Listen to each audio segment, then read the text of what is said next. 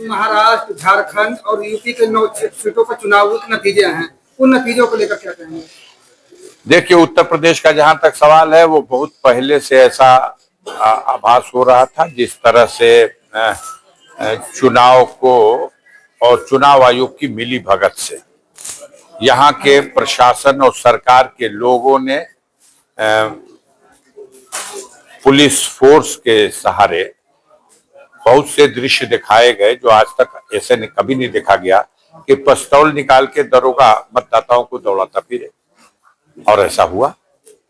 महाराष्ट्र का जहां तक चुनाव है, महाराष्ट्र में मैं उम्मीद करता हूं कि हमारी 2 सीटें समाजवादी पार्टी की पिछले लोकसभा के चुनाव में भी आ गई थी। विधानसभा के चुनाव में 2 सीटों पे जीत हासिल हुई थी।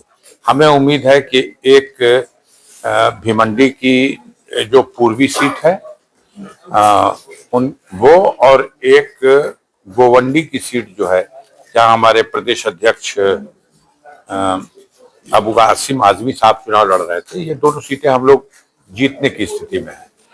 बाकी महाराष्ट्र की जनता ने जो फैसला दिया है, अब हम उठेंगे मीटिंग से तो देखेंगे, अध्ययन करेंगे। सर, आपने कहा है कि का जो नारा अखिलेश का था वो फर्जी है, फर्जी। झारखंड की तरफ जाके पूछे का क्या हुआ, वो नारा झारखंड में क्या हुआ, वो नारा झारखंड में क्या हुआ। अगर पीडीए का नारा झूठा है तो ठीक है, उनका नारा सच्चा है, हम मान लेते हैं। अगर दरोगा पुलिस चुनाव लड़ेगी और मतदाताओं को मत नहीं डालने देगी, और यही नारा अगर किसी को अच्छा लगता है, यह व्यवहार या कृत्य अच्छा लगता है, तो यह लोकतंत्र के लिए बहुत ही शर्म की बात है। सर जी, आप महाराष्ट्र में भी चुनाव प्रचार में गए थे, जहां आप गए थे उनकी क्या स्थिति है और आपने समीक्षा की? मैंने 3 सीटों पे मीटिंगें की थी, मुझे 3 सीटों पर प्रचार करने के लिए दिया गया था। मैंने अब भी कहा आपसे कि 3 में 2 सीटें हम उम्मीद करते हैं कि हम लोग जीतेंगे। अभी हम निकलेंगे बाहर तो रिजल्ट पता लगेगा। सांसद जी, भाजपा का नारा था कि एक रहेंगे तो सेफ रहेंगे, तो क्या लगता है झारखंड में ये उल्टा हो गया है? अब वो करें कुछ भी, एक रहें कि सेफ रहें। उस बेचारे को जेल में डाल दिया, उस मुख्यमंत्री को, उसकी सरकार गिराने की कोशिश की गई खरीद फरोख्त के माध्यम से। उसके बाद जमानत पर बाहर निकल गया, अभी वो चुनाव लड़ रहा। इस दौरान उसकी पार्टी को भी तोड़ा गया, और उसके बाद फिर उसके ऊपर सीबीआई और तमाम ईडी और इनकम टैक्स सब के सब लगा दिए गए।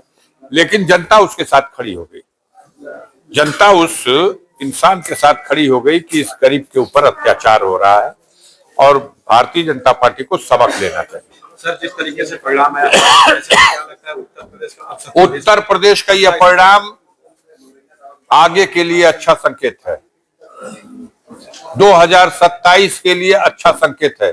मैं दावे के साथ कहता हूं कि अब हम लोग इस तरह के बेईमानों से लड़ने के लिए भी तैयारी करेंगे, और 2027 में आप देखिएगा, ये उत्तर प्रदेश में जो दृश्य दिखाई दिया है, हम इसके लिए तैयार नहीं थे, अब इसकी भी तैयारी करेंगे। और जब इसके लिए तैयार रहेंगे तो जनता यहां नहीं स्वीकार कर रही इन लोगों को। ये जनता स्वीकार करती तो पिस्तौल निकाल करके जनता को मतदान करने से नहीं रोकते। सर, क्या इस बार माना जाए कि ईवीएम ने भी दगा दिया? अभी हम समीक्षा उठेंगे मीटिंग से, पढ़ेंगे, देखेंगे, मालूम करेंगे। चुनाव आयोग ही मिला हुआ है, ठीक है।